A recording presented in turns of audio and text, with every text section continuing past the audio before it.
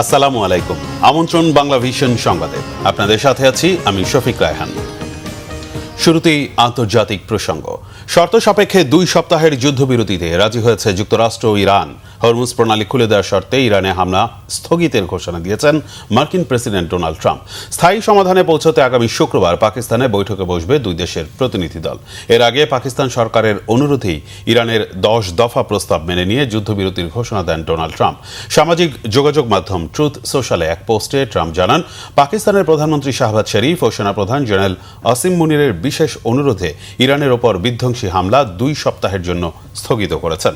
ইরানের ওপর আর কোনো হামলা না হলে যুদ্ধবিরতি মেনে নেওয়ার কথা জানিয়েছেন ইরানের পররাষ্ট্রমন্ত্রী আব্বাস আরাগচি। আন্তর্জাতিক জাহাজগুলোকেও হরমুজ প্রণালী দিয়ে নিরাপদে চলাচলের অনুমতি দিয়েছে তেহরান, তবে হরমুজ পার হতে টোল আদায় করবে ইরান ও ওমান। পাকিস্তান জানিয়েছে শুধু ইরান নয়, লেবাননেও হামলা বন্ধ করবে যুক্তরাষ্ট্র ও তার মিত্র ইসরায়েল। এদিকে 2 সপ্তাহের যুদ্ধবিরতির ঘোষণায় বিশ্ববাজারে প্রায় 15% কমেছে জ্বালানি তেলের দাম। ক্রমেই যেন দীর্ঘ থেকে দীর্ঘতর হচ্ছে জ্বালানি নিতে পাম্পে যানবাহনের সারি। কেউ মধ্যরাত থেকে অপেক্ষা করে পেট্রোল পাম্পে 6 থেকে 7 ঘন্টা অপেক্ষার পর পাচ্ছেন তেল। দীর্ঘ লাইনে অপেক্ষারত যানবাহনকে তেল দিতে হিমশিম খাচ্ছেন পাম্প কর্মীরা। রাজধানীর তেলের পাম্পগুলোতে দীর্ঘ লাইনে দাঁড়িয়ে তেল দিতে হচ্ছে চালকদের। অনেক পাম্প জ্বালানির অভাবে বন্ধ রেখেছে কর্তৃপক্ষ।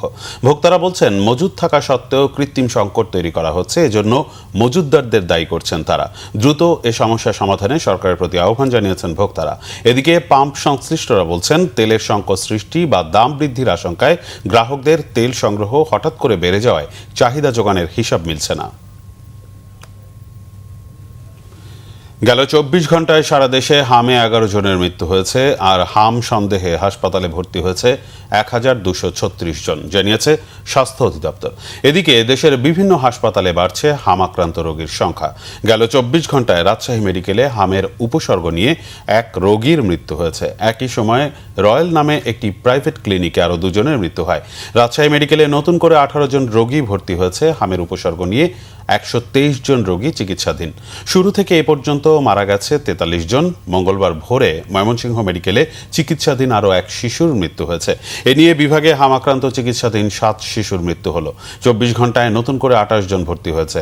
ময়মনসিংহ মেডিকেল কলেজ হাসপাতালে মোট 276 শিশুর শরীরে হাম শনাক্ত হয়।